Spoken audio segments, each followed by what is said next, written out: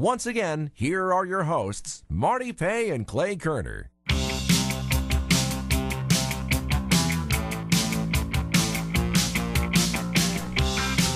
We are back on Taking Care of Business on Kern Radio Newstalk 1180. Our in-studio guest is Stan Ellis. Clay, did you have another question for Stan? Or? Oh, I have a lot of questions for Stan. I'm really interested in Stan's life because, as you pointed out, he's a Renaissance man.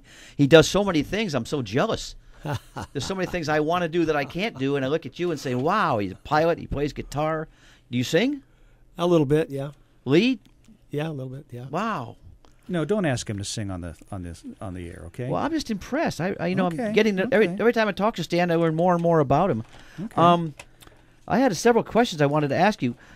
Obviously, the Jam is not a real profitable business. I mean, you're in the black and you're breaking even. What makes you want to stay in there? Is there a future in the sale of the Jam down the line, or what? Yeah, the real value in any minor sports team, actually, in the major leagues, are the value of the franchise. You know, when you own for example, this is owned by David and I. We own the franchise. We own the Bakersfield Jam. It's developmental league. It's NBA. It's an NBA franchise, and it's turning into be the franchise values are going up. You know, you can take the New York team. They lost $40 million last year, but their franchise is worth $500 million. We're certainly not in that category, but you take a AAA team, a soccer team is right now selling Major League Soccer selling for $40 million. So the values are there. Mm-hmm. Yeah. What does the NBA do for you? Anything at all? Sure, they do a lot for us. We're actually, even though we have a franchise agreement, we're held responsible for our players' housing, our travel, the venue that we play in, our staff, our coaching staff. But they're available. You know, their side of the coin is they have to pay for all of the screening. You have to have a developmental league contract, all the legalities of the franchise. They pay their player salaries. So it's a two-sided coin, and it matches up pretty well now. They pay the salaries of your players? That is correct. Well, that's really nice. Yes. And what's I don't know if you can share with me, but how is a player paid? Is he so much per game, so much a week? Well, I don't want to get into that, but they're paid over a 6-month period and on a twice a week because the season runs 6 months, and we have 3 levels of players. We have A, B, C players, and every team in the league has to pay the same, or their players are paid the same exact amount. So we can jockey with the numbers of the B and C players because their level of pay is a little lower. But if we want to get an A player, then we have to pay the league a little more money. Okay, that makes sense. You pay the league? Yes, sir. Yeah. Wow. Okay, just to shift gears a little bit. When we were walking in the studio, I asked you a question, and it's the quickest answer, Stan, I've heard in a long time from anybody. Yeah, well, he said it was none of your business, if I remember. No, that's not the question. But thanks for sharing, though, Clay. You had ran for office in 2006, and I asked you if there was any chance of you running for office again, and there was a very quick no. That's right. Yeah. That's right. But what did you learn from that experience? Well, my son put it as clear as anybody I've ever heard. He said, "Dad, why do you want to run for political office? Because everybody's holding a gun to your head." He said, "Why don't you be the one holding the gun?" Oh, I like that. That's a great answer. That's an outstanding answer. So Travis, Travis works with me in one of my businesses, and he's 32 years old, and he's a young guy. He's got it going on. He's a lot smarter than I ever was. And he sits back, and I'm real proud of him. I'm trying to figure out where did this kid come up with all this common sense. But when he said that, it just hit me like a hammer. Mm-hmm. And I said, because I actually thought I was toying about maybe doing it again.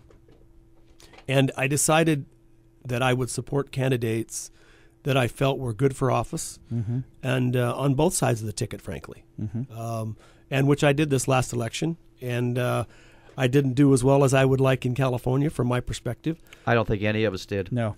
But nationally, I think we had a great coup. Yeah, I think California's on the verge of bankruptcy, personally. Yeah. And actually, that was going to be a question I had for you, is what do you see in California as far as the business climate?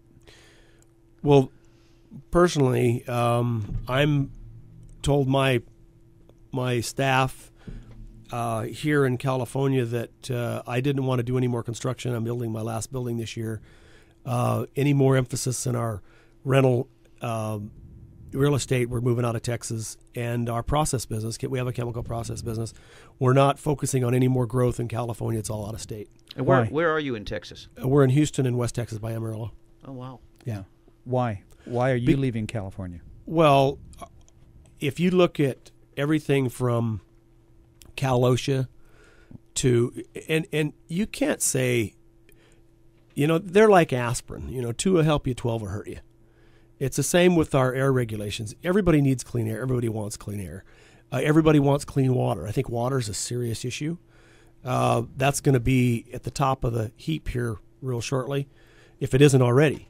Mm-hmm. Farmer, we are one of our biggest infrastructures and revenue sources come from ag.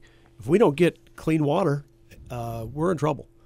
So I really think that with our new current administration coming in, if it's the same old thing, then we're all in big trouble, and California is going to go bankrupt. That's the entitlement administration. Yes, sir. There you go again.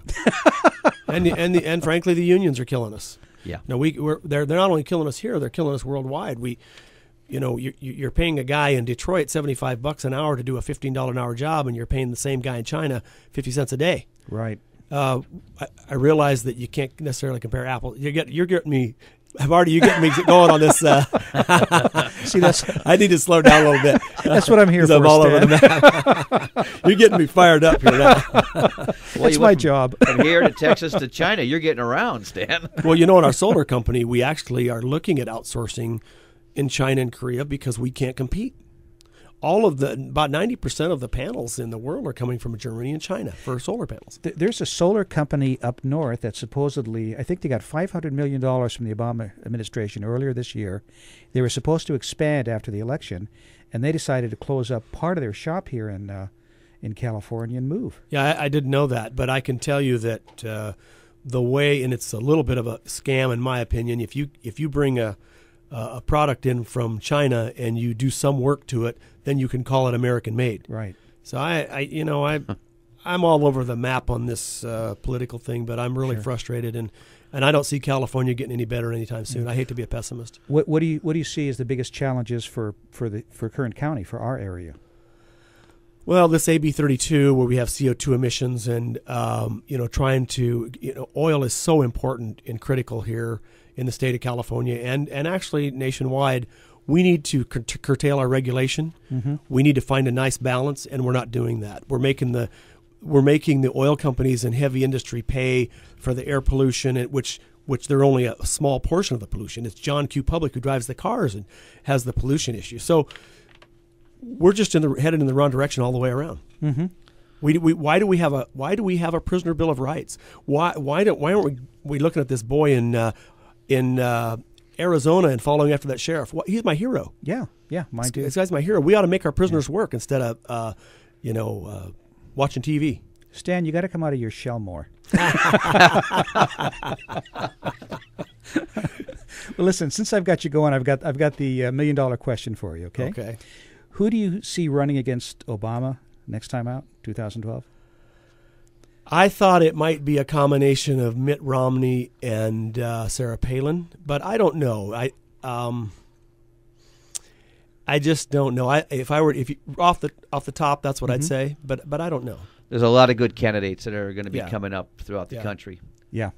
I mean, even the little guy in New Orleans or Louisiana. Oh, Jindal. I like Jindal a lot. Yeah, I'm not familiar with him. The governor of Louisiana. So I think there's a possibility there. And it's funny, everything I've heard, everybody's talking about Rubio as the vice presidential nominee. Out of Florida? Yeah. Or they're talking about Christie out of New Jersey running for president. Well, I've heard Christie Rubio, which would be an interesting combination. I mean, it's East Coast. Well, hey, we have a Rubio here in Kern County, Mike Rubio. Rubio. He's going to be our senator. Yeah. That's going to be an interesting twist.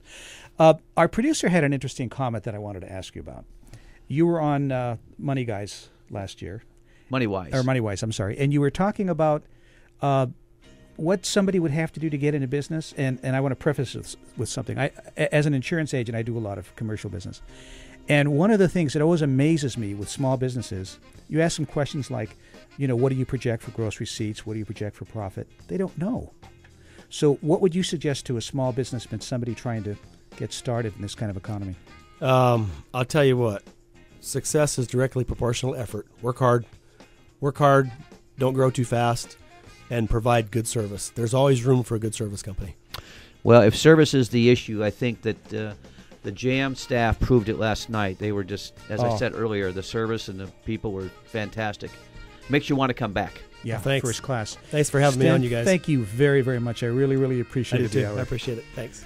We will see you in a week on Taking Care of Business on Kern Radio Newstalk 1180.